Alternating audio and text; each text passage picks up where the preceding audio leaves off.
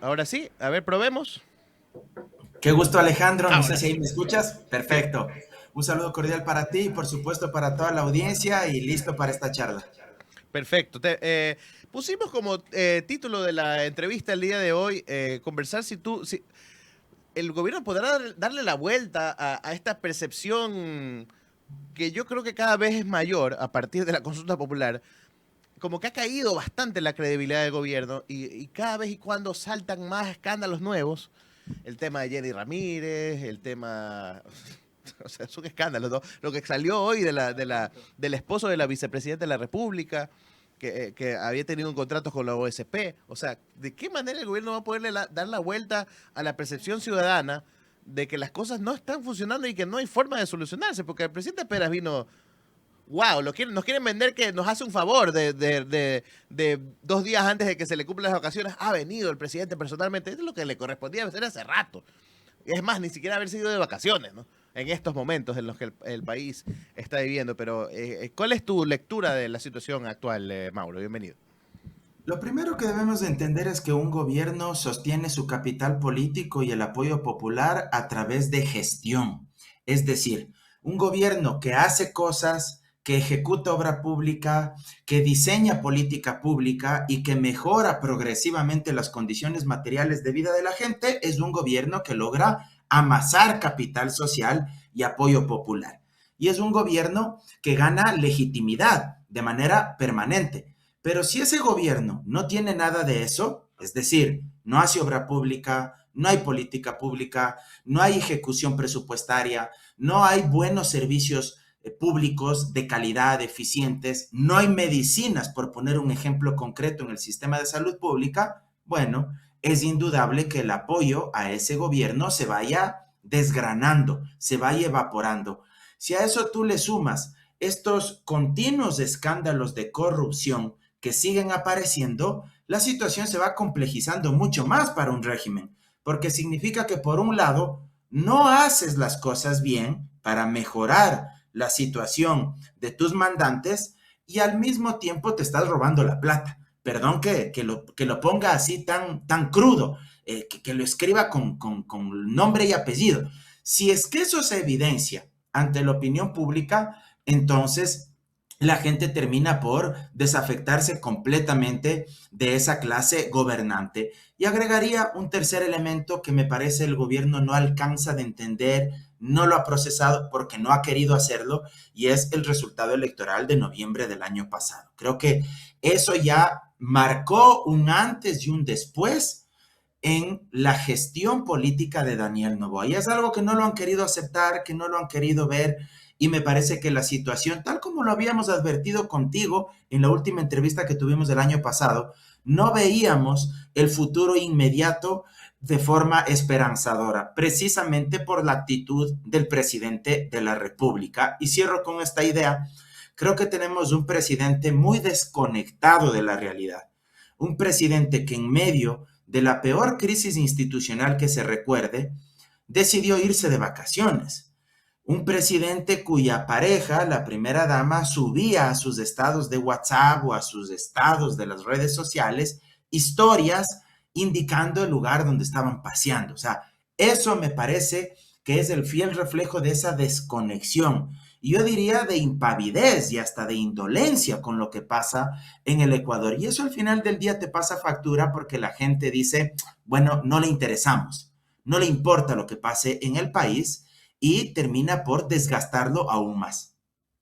Sí, tú lo dices es clarito, ¿no? Es como para el común de los cristianos, a la gente que nos gusta el fútbol, dice como cuando vas perdiendo y no levanta cabeza el equipo, está Exacto. como derrotado y tú dices, muchachos, ya, como que ya está bien, te hicieron el gol, pero despierta.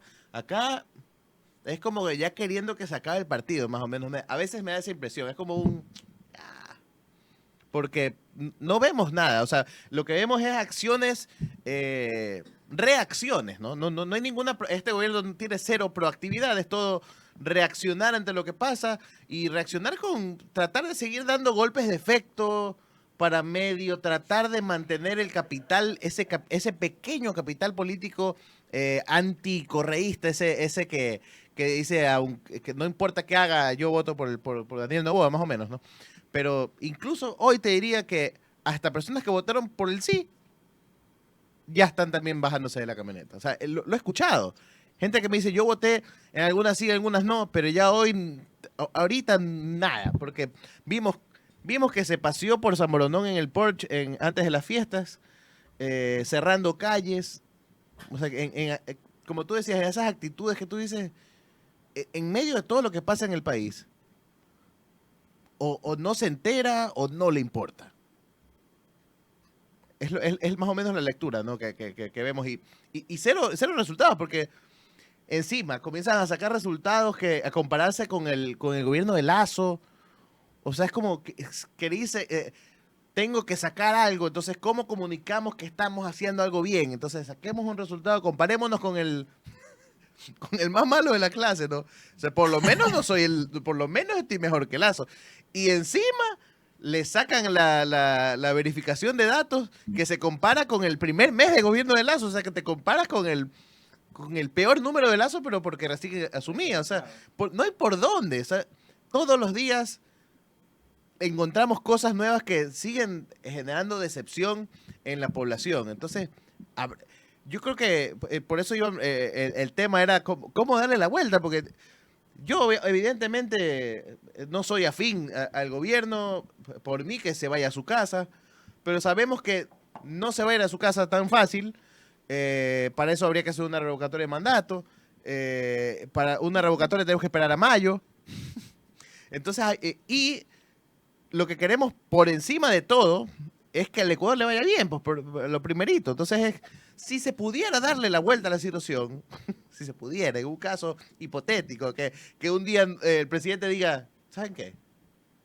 Hoy voy a cambiar, así como dice la canción, y decide darle la vuelta. ¿Qué debería hacer el presidente para darle la vuelta a la situación, Mauro? Mejorar sus niveles de gestión. La administración pública tiene que dotarle de resultados a la gente y la gente tiene que palpar aquello. Y si es que eso no existe, insisto, terminará de desgastarse el poco capital político que le queda a Daniel Noboa. Ellos no entienden que esto no se trata únicamente de marketing electoral y que para hacer verdadera comunicación política hay que hacer obras, hay que mostrar cosas tangibles, porque tú solo comunicas políticamente hablando lo que existe, pues no puedes inventarte un hospital, no puedes inventarte una carretera, no puedes inventarte las cifras de reducción de los crímenes violentos, de los homicidios, de los femicidios. No puedes inventarte las cifras de la inversión pública. No puedes inventarte que ya hay medicinas en los hospitales y la gente sigue padeciendo y está agonizando porque el sistema de salud pública ha colapsado. Entonces, aquí la única salida es gestionar el Estado, pero no hay eficiencia. Yo leía unos días atrás que un proceso de contratación pública para comprar medicinas para el Instituto Ecuatoriano de Seguridad Social se había caído y que era un proceso bastante opaco, que tenía algunos cuestionamientos, posibles irregularidades, y se cayó. Y esto termina por pasar de factura a los afiliados al IES, porque no van a tener acceso a medicinas del cuadro básico que necesitaban los hospitales del Instituto Ecuatoriano de Seguridad Social. Entonces, mira, ahí tú tienes un ejemplo concreto. En materia de seguridad, la gente está cansada de la retórica, este discurso de movilizamos ni sé cuántos miles de militares a las provincias de la costa, las más afectadas por la violencia criminal, pero al mismo tiempo tienes un hecho irrefutable, y es que uno de los objetivos de más alto valor de la Policía Nacional, alias del Marino, vivía en el sector probablemente más acomodado, más acaudalado del país, no solo de Guayaquil, sino del país. Porque yo creo que Isla Mocolí debe estar por encima de los sectores más aniñados, incluso de Cumbayac, en Quito y de otros más del Ecuador. Entonces, que un criminal de los más buscados haya estado peloteando en Isla Mocolí, tranquilo de la vida, y que vivía en una casa de más de $3 millones, en el mismo sector donde viven exalcaldes, exprefectos, ministros de Estado, familiares de los ministros actuales de ADN, gente vinculada a ADN, industriales, empresarios exitosos. Bueno, es el reflejo de que el Estado está coludido también con muchas de sus autoridades, con esos criminales. Y ante un hecho fáctico como ese, la gente dice, bueno, ya no me vendas el cuento de que estás movilizando 5,000, 8,000, 10,000 militares, de que es la operación final y toda la retórica esa, porque en la práctica no funciona, porque me estás viendo la cara. Entonces creo que si no hay gestión, el gobierno va a seguir dilapidando el capital político que tiene. Y esto está atado a algo que también habíamos conversado el año pasado contigo. Si no tienes un buen equipo de gobierno, estás en franca decadencia. No hay equipo de gobierno, no hay buenos ministros y ministras de Estado, no hay gente que conozca sobre administración pública, hay empleados de Noboa, de sus empresas, que dieron el salto a los ministerios, pero no hay administradores públicos. No hay gente que tenga formación política, que es otro elemento fundamental. Se necesita, por un lado, la tecnocracia, pero al mismo tiempo se necesita formación política, porque administrar el Estado implica conciliar intereses, saber identificar las distintas demandas de la población. Y como hay intereses en conflicto, tú tienes que tener el suficiente tacto político para poder procesar esos conflictos y tomar decisiones. Porque al final del día las decisiones son políticas, no son meramente técnicas, son políticas. Y con las decisiones que tú tomas puedes beneficiar a unos, pero puedes perjudicar a otros, porque eso es gobernar al final del día. Puedes decidir tomar una acción gubernamental que va a beneficiar a las grandes mayorías o por el contrario, que va a beneficiar a un reducido grupo. Y eso te va a generar igual conflicto. Y para eso necesitas tener formación política. Bueno, nada de eso tiene el gobierno nacional. Y como tú dices, y nuevamente voy a tomar los términos de fútbol, que me gusta que la gente lo entienda a niveles así bien básicos, y es que cuando tú tienes un director técnico que no funciona y tu equipo pierde todos los partidos, en algún momento tú dices, ya no lo puedo seguir respaldando, yo tengo que cambiarlo. Y existen ministros que no dan resultados. Y entonces tienes a Lofredo y a Reinberg intocables en dos ministerios clave para el tema de la seguridad. Bueno, Saya Rovira está paseando por todos los ministerios, ¿no? Pero estamos hablando de Reinberg y Lofredo, que están en el Ministerio del Interior y en el Ministerio de Defensa, y el problema principal del país, que es la inseguridad, no mejora, no hay números de mejora, y sigue sosteniendo a los mismos ministros. Y como tú dices, pues probablemente es porque no tienes a quién poner. Mira, es indiscutible que hay varios ministros y ministras de Estado que no han dado la talla. En el caso de Lofredo, concretamente, él tenía que haberse ido apenas salió la sentencia de primera instancia en contra de los 17 militares por el caso de los 4 niños de las Malvinas. Ahí debió haberle pedido la renuncia, pero de manera inmediata.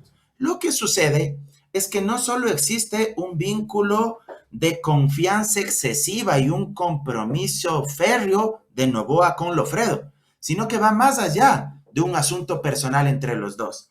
Es el reflejo de que tenemos una especie de gobierno cívico-militar al frente de la conducción del Estado.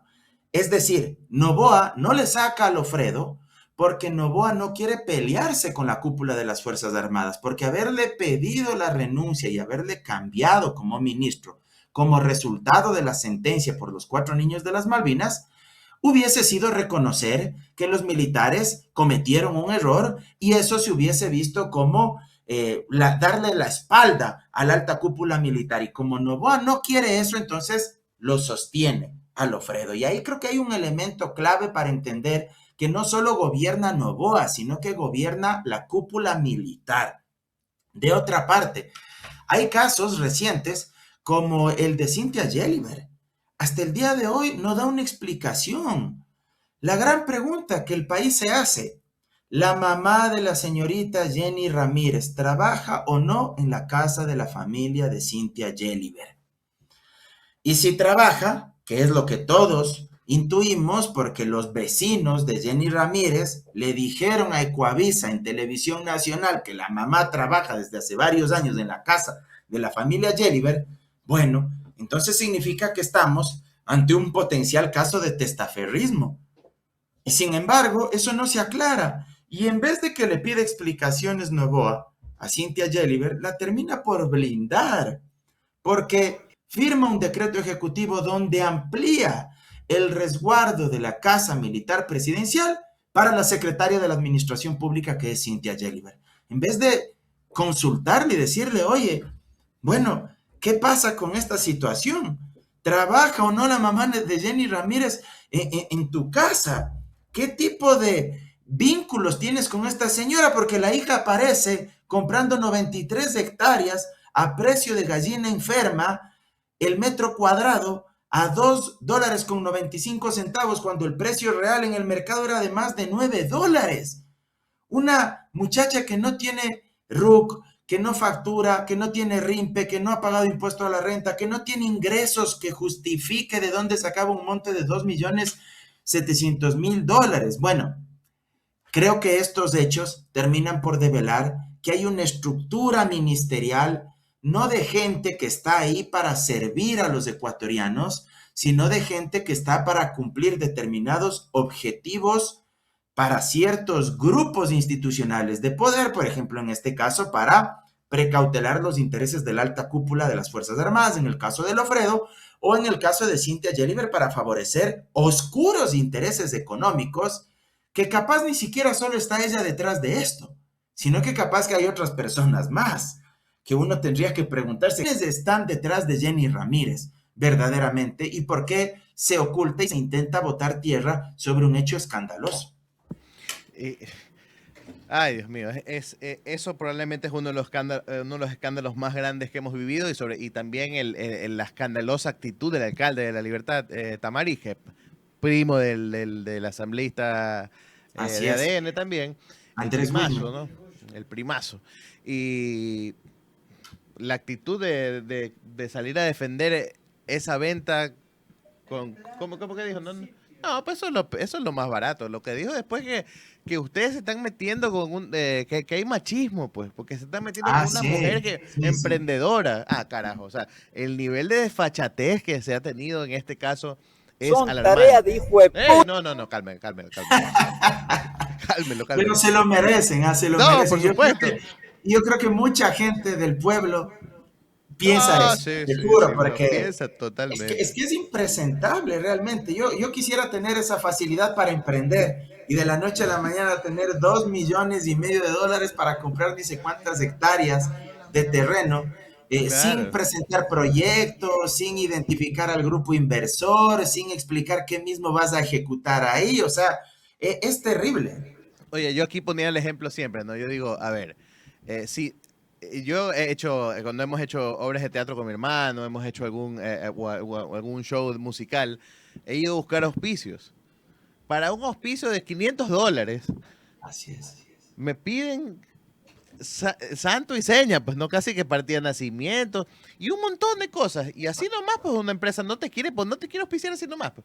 Y digo, esta muchacha, 23 años, emprendedora, trabaja en una cafetería en La Libertad. De repente, unos empresarios confiaron en su proyecto de turismo ecológico. Ah, por favor, o sea, qué suerte. Ella seguramente la tocó a la jueza Camacho, que le pasó la suerte de la jueza Camacho. La jueza Camacho es la persona más suertuda de este país.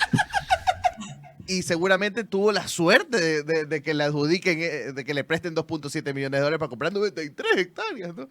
Chucha, Y un proyecto que era un documento de 8 páginas, que eso también salió a la luz pública, y un proyecto que nunca fue defendido en una sesión del Consejo Cantonal, porque cuando un municipio quiere vender tal cantidad de hectáreas, es indiscutible que va a convocar pues al potencial comprador para que exponga, pues, y les diga a los concejales, al alcalde, quiero comprar porque mi proyecto es este. O sea, ni siquiera unas 2 láminas de PowerPoint es que fueron a presentar allá para vender. O sea, Es algo realmente surrealista.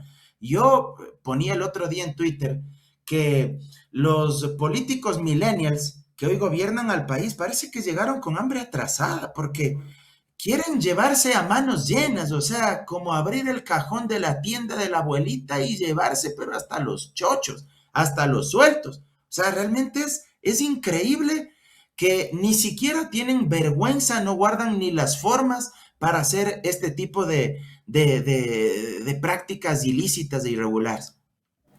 Y bueno, pues yo hoy día arranqué el programa yo no sé, yo dije, no, no voy a confirmar que esto sea totalmente cierto, pero hay información en redes sociales de al menos entre 15 y 16 personas entre familiares, ¿no? O sea, hermanos, cuñados, sobrinos, esposos de la sobrina, de la familia Yelibre manejando el sector público en la libertad. Entonces, por todos lados sale pus, donde toque sale pus. Y la verdad no sé para dónde va el asunto, pero como Y yo ponía el Fiscalía, tema, ¿no? Alejandro, Claro, y pero Fiscalía no hace nada. pero si el Fiscalía concurso no para la hace fiscal nada. también es una payasada. Fiscalía no hace nada. Este caso de la libertad, si hubiese sido otro actor político, no vinculado, no cercano a ADN, ya hubiesen allanado las oficinas municipales, porque, ojo, las acciones de ese municipio, la coordinación jurídica, seguramente la dirección de planificación, la dirección, la coordinación financiera, etcétera, y otras, deben haber emitido informes favorables recomendando a los concejales y al alcalde que sí aprueben la resolución para la venta de esas hectáreas. Bueno, ahí hay una cadena de responsabilidades. Todas esas dependencias debieron haber sido allanadas ya para que Fiscalía acceda a los documentos, para que incaute los teléfonos, los dispositivos móviles, las computadoras de esas direcciones, de los concejales que votaron a favor de la venta, del alcalde, el despacho del alcalde debió haber sido allanado, el domicilio del alcalde, la casa de Jenny Ramírez debió haber sido ya allanada, el despacho de la secretaria de la Administración Pública acá en Carondelet ya debió haber sido allanado, porque es indiscutible que ahí hay una cadena de responsabilidades. Yo no estoy sentenciando ya a Cynthia Gelliver, pero es indiscutible que hay indicios, hay elementos que nos permiten colegir que hay vínculos y que merecen ser al menos investigados. Nada de eso se ha hecho. Y si lo hiciera ahora Fiscalía, ya sería demasiado tarde, porque seguramente Jenny Ramírez ya cambió de celular, ya botó el celular que tenía antes, ya cambió de número, etcétera. Como dicen por ahí, justicia selectiva o justicia tardía no es justicia. Y lo veíamos hace unos minutos cuando estábamos hablando del tema Galamedios, que les han dado hasta abril. Entonces, ¡cha madre! Si el gerente es ¿qué es el gerente? El papá de Mancheno. El papá de Michelle Mancheno, el gerente de Galamedios. No, el suegro de Michelle Mancheno. El suegro de Michelle Mancheno. El suegro de Michelle Mancheno es el gerente de Galamedios, Luis Alvarado Campi. El dueño, único accionista de Galamedios y nada. O sea, como tú dices, si fuese al revés, si fuese otra tienda política. Y tenía no, si fuera el RC, declaración, pero cualquier otra. y tenía una declaración juramentada Alvarado Campi donde decía que tenía un patrimonio que no rebasaba los $70,000. Exacto. Y sin embargo compra con $2,5 millones tanto la Posta como Radio Centro. Billete sobre billete, cash, ahí. Entonces, eso de plano ameritaría una investigación por enriquecimiento ilícito no justificado, porque, pero, ¿de dónde más quieren elementos? Muestras que tienes un patrimonio que no rebasa los $70,000, pero si tienes $2,5 millones para comprarte 2 medios de comunicación, eso es inaudito. Mauro, querido, muchísimas gracias por andar por aquí, por este barrio humilde de Los Incómodos. Esperamos nuevamente conversar en algún corto tiempo para ver cómo sigue la situación del Ecuador. Te mandamos un abrazo grande, la audiencia anda pendiente, así que, pero nos han soltado la mano con los aportes, así que... No, pues tiene que aportar, tiene que apoyar la gente, así que apoyen aquí a Los Incómodos y a mi buen amigo Alejandro Esteves, así que apoyen gente. alguna Jenny Ramírez que caiga por ahí, claro. ¿No? Gracias, querido Alejandro. Siempre será un gusto. Te envío un abrazo Dale, enorme. Maurito. Chao. Un abrazo. Chao, ñaño. Bueno, estuvo con nosotros Mauro Andino conversando sobre la situación actual del país.